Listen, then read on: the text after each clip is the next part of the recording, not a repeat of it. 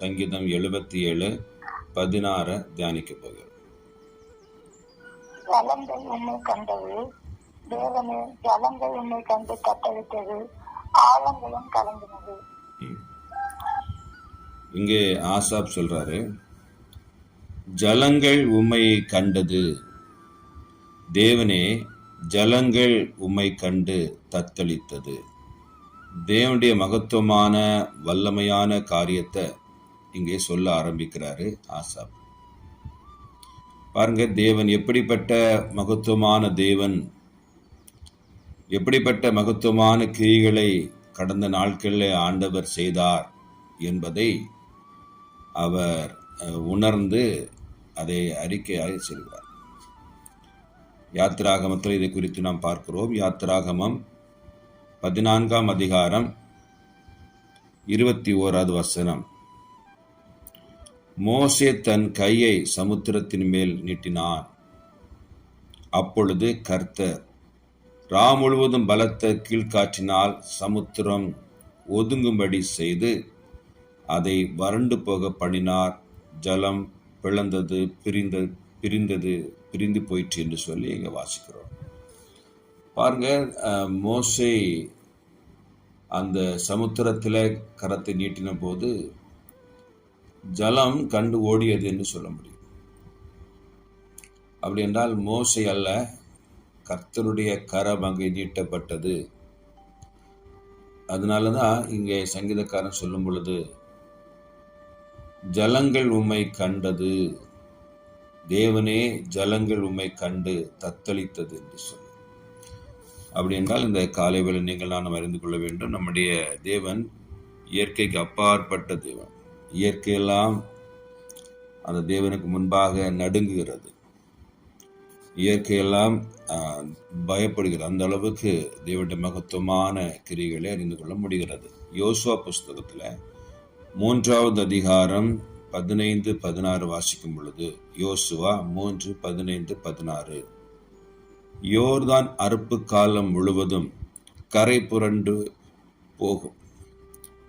பெட்டியை சுமக்கிற ஆசாரியர்கள் கால்கள் தண்ணீர் ஓரத்தில் பட்டவுடனே மேலிருந்து ஓடி வருகிற தண்ணீர் நின்று குவியலாக குவிந்தது. உப்புக்கடல் என்னும் சமான வெளியின் கடலுக்கு ஓடி வருகிற தண்ணீர் பிரிந்து ஓடிற்று. அப்பொழுது ஜனங்கள் எரியோவுக்கு எதிராக கடந்து போனார்கள் என்று சொல்லி பார்க்கிறோம். என் அன்பான சகோதர சகோதரிகளே, அறுப்பு காலம் முழுவதும் கரை புரண்டு ஓடுகிற அந்த தண்ணீர் உடன்படிக்கை பெட்டி சுமக்கருடைய கால்கள் பட்டவுடனே அது நின்றது என்று சொல்லி, தண்ணீர்கள் பிரிந்தது, ஒரு குவியலாக நின்றது என்று சொல்லி வேத பகுதியில் வாசிக்கிறோம். அப்படி என்றால் ஆண்டவர் மகத்துவமான வல்லமையான கிரிகளை செய்வார். எப்பொழுது செய்வார் என்று சொன்னால், இப்போ ஜனங்களெல்லாம் மோசடித்து முறையிட்ட போது கர்த்தரிடத்துல மோசே சொல்றாரு, என்ன செய்யணும் என்று சொல்லும்போது, என்னை நோக்கி பார்க்கறது என்ன, உன் கரங்களை என்ன கொடுத்திருக்கிறேன், அதை எடுத்து நீட்டு சமுத்திரத்துல என்று சொல்லி சமுத்திரத்தை பிளந்தார். இங்கே உடன்படிக்கை பெட்டி சுமக்கிறவர்கள் தண்ணீர் பிரிந்த போது அங்க போகல, அவர் சுமக்கிறவர்கள் அது யோர்தான்ல கால்கள் பட்ட உடனே பிரிகிறது. அப்பவும் செயல்பட வேண்டும். அவருடைய மகத்துவங்களையும் வல்லமைகளையும் நீங்கள் நானும் நம்முடைய வாழ்க்கையில அனுபவிக்க வேண்டுமானால் நாம் அந்த விசுவாசத்தோடு கூட நம்ம செயல்பட வேண்டும்.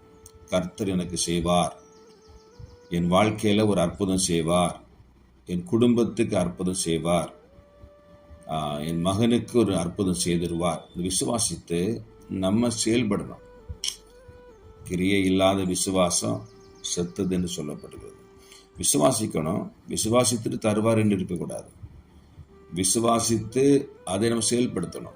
இப்போ யோர்தானுடைய தண்ணீரை பிளந்து போவதற்கு ஆண்டவரே இந்த தண்ணீரை பிளந்து போக பண்ணுங்க, நாங்கள் போனோம் என்று சொல்லி இல்லை. பெட்டியை சுமக்கிறவர்கள் என்ன செய்கிறாங்க, அந்த இடத்துல முதலாக தான் போகிறாங்க. எவ்வளோ ஆழம் இருக்கும், எவ்வளவு இழுத்துட்டு போகும் என்பதெல்லாம் கவனிக்கலை. ஆண்டு சொல்லிட்டாரு, பெட்டியை சுமக்கிறவர்கள் என்ன செய்யுங்க, முதலாவது போய் அங்கே போங்க என்று சொல்லும் பொழுது அவர்கள் அந்த விசுவாசத்தை எனது அறிக்கை அந்த விசுவாசத்தை ஏற்றுக்கொண்ட விசுவாசத்தோடு கூட அந்த பெட்டியை சுமந்து கொண்டு அந்த போகிறாங்க. அந்த யோர்தானுடைய தண்ணீரில் வந்து கால்கள் பட்ட மாத்திரத்தில் ஒரு குவியலாக நின்றுட்டு கட்டாந்தரை ஆகிவிட்டது. நடந்து போனாங்க, எரிகோவுக்கு போகிறாங்க. அப்படிலாம் பாருங்க, இப்படிப்பட்ட அற்புதங்களை ஆண்டவர் அன்றைக்கு மாத்திரமல்ல இன்றைக்கும் செய்கிறார். நமக்கு முன்பாக இருக்கிற செங்கடல் போன்ற பிரச்சனைகள், அந்த பிரச்சனைக்கு முன்பாக நம்முடைய கரங்களை நீட்டணும்.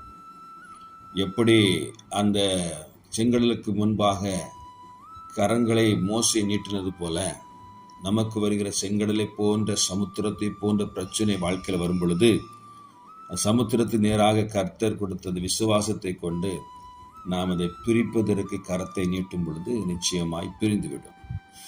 அதே போல யோர்தானை போல நமக்கு வருகிற கரை புரண்டு ஓடுகிற அந்த பிரச்சனைகள் வரும் பொழுது தைரியமாக அந்த பிரச்சனையோடு நடக்கணும். நீங்கள் அந்த பிரச்சனையை கண்டு பயந்து ஒதுங்கி உட்கார்ந்துடக்கூடாது. கரையில் நான் வாழ்க்கையில் வர எந்த பிரச்சனை இருந்தால் நான் எனது யோர்தானை பிரித்த தேவன் என்னோடு கூட இருக்கிறார் என்று சொல்லி என்ன செய்யணும், அந்த யோர்தானில் நடக்கணும். அந்த பிரச்சனையில் நீங்கள் நடக்கணும். அழுதுட்டு அல்லது புலம்பிக்கிட்டு ஐயோ இவ்வளோ பிரச்சனை வந்துட்டு நான் எப்படி இதை மேற்கொள்ள போகிறேன் என்று சொல்லி யோர்தான் கரையில் உட்கார்ந்து கூடாது.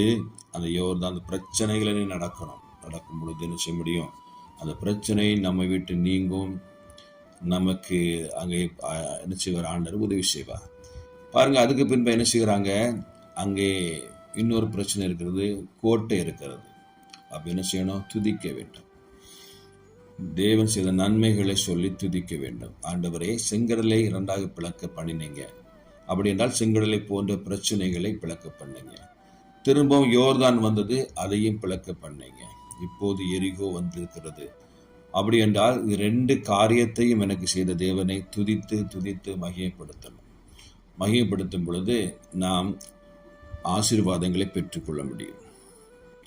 கானான் தேசத்தில் இருக்கிற அந்த ஆசீர்வாதங்களை, அங்கே சுவை மிகுந்த கனிகளை புசிக்க முடியும். அங்கே இருக்கிற ஆசீர்வாத நன்மைகள்லாம் சுதந்திரித்து கொள்ள முடியும்.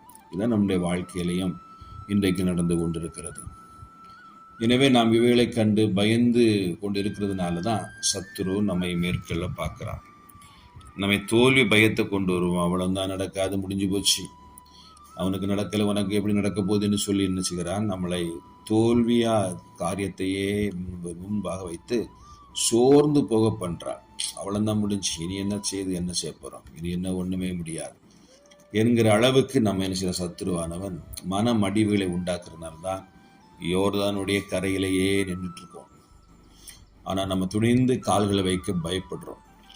கால் வைத்து விட்டால் இழுத்துட்டு போயிருமோ தண்ணி, கால் வைத்துட்டு ஆழங்கள் இருந்து மூழ்கி செத்துருவோமோ என்று சொல்லி இந்த பிரச்சனையில் நாம் மூழ்கி விடுவோமோ என்று சொல்லி நாம் பயந்து ஒதுங்கி கொண்டு நிற்கிற அநேக விசுவாச பிள்ளைகள் இந்த காலை வேளை இந்த வார்த்தையை கேட்டுக்கொண்டிருக்கிற நீங்கள் தைரியமாக நீங்கள் அந்த பிரச்சனைகளை நீங்கள் கால் வைக்கணும். கர்த்தர் சில பிரச்சனை எல்லாவற்றையும் உடைத்து போடுவார். பிரச்சனை எல்லாவற்றையும் நிறுத்தி விடுவார். பிரச்சனை எல்லாம் ஒரு குவியலாக நின்றுவிடும். என்ன செய்ய முடியாது, உங்களை மேற்கொள்ளவே முடியாது என்பதை நீங்கள் நானும் விசுவாசிக்க வேண்டும். சங்கீதம் 114 3-6 சொல்லுது, கடல் கண்டு விலகி ஓடிற்று, யோர்தான் பின்னிட்டு திரும்பினது, மலைகள் ஆட்டுக்குட்டிகளைப் போலவும் குன்றுகள் ஆட்டுக்கடாக்களைப் போலவும் துள்ளியது. கடலே நீ விலகி ஓடுவதற்கும், யோர்தானே நீ பின்னிட்டு திரும்புவதற்கும், மலைகளே நீங்கள் ஆட்டுக்குட்டிகளைப் போல ஆட்டுக்கடாக்களைப் போலவும், குன்றுகளே நீங்கள் ஆட்டுக்குட்டிகளைப் போலவும் துள்ளுகிறதற்கு உங்களுக்கு என்ன வந்தது என்கிறதாக சங்கீதக்காரன் சொல்றார். என்ன வந்தது என்றால் கர்த்தருடைய மகிமை வந்தது, கர்த்தருடைய மகிமை வெளிப்பட்டது. இதனால எல்லாமே விலகி ஓடிற்று என்று சொல்லி பார்க்கிறோம். அன்பானவளே, எனவே நமக்கு முன்பாக ஒரு எதிர்த்து நிற்க முடியாது.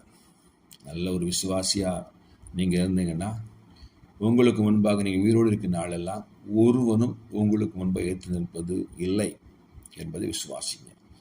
எல்லா நிச்சயம் நீங்கள் சங்கீதக்காரன் சொன்னது போல விலகி ஓடிவிடும்.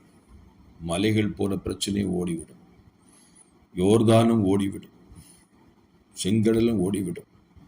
எவ்வளவு போராட்டம் வந்தாலும் எல்லாவற்றையும் ஆண்டு நம்மை விட்டு விலக்கி விடுவார் என்ற விசுவாசத்தோடு கூட இந்த நாளை ஆரம்பிக்க நிச்சயமாய் கர்த்தருடைய கரம் கூடவே இருந்து நம்மை ஆசீர்வதிக்கும்.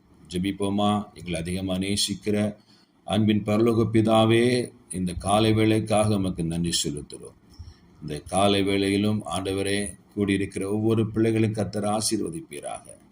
இந்த சத்தத்தை கேட்கிற ஒவ்வொருவரும் ஆண்டவரே அவிசுவாசமுள்ள விசுவாசத்தோடு கூட தனக்கு வருகிற பிரச்சனைகளை மேற்கொள்வதற்கான பலனையும் கிருபைகளும் தயவுகளையும் ஆண்டவர் இன்றைய கொடுத்து ஆண்டவரை செங்கடலை பிரிப்பதற்கும் யோர்தான் நீக்க பண்ணுவதற்கும் ஆண்டவர் எரிகோ உடைப்பதற்கான பலனை கர்த்தர் கொடுங்கப்பா. பிரச்சனைகள் போராட்டங்கள் வரும் பொழுதெல்லாம் சோர்ந்து போய் ஆண்டவரை யோர்தான் கரையில் நின்று எப்படி கடக்கப் போகிறேன் இந்த பிரச்சனை என்று சொல்லி யோசித்து கொண்டிருக்கிற ஒவ்வொருவருக்கும் இந்த வார்த்தை ஆண்டவரை பேசும்படியாக ஜெபிக்கிறேன். கர்த்தர் அப்படி செய்வீராக. இயேசு கிறிஸ்து விலையேறப்பெற்ற நாமத்தில் ஜெபிக்க நல்ல பிதாவே. ஆமேன், ஆமேன், ஆமேன்.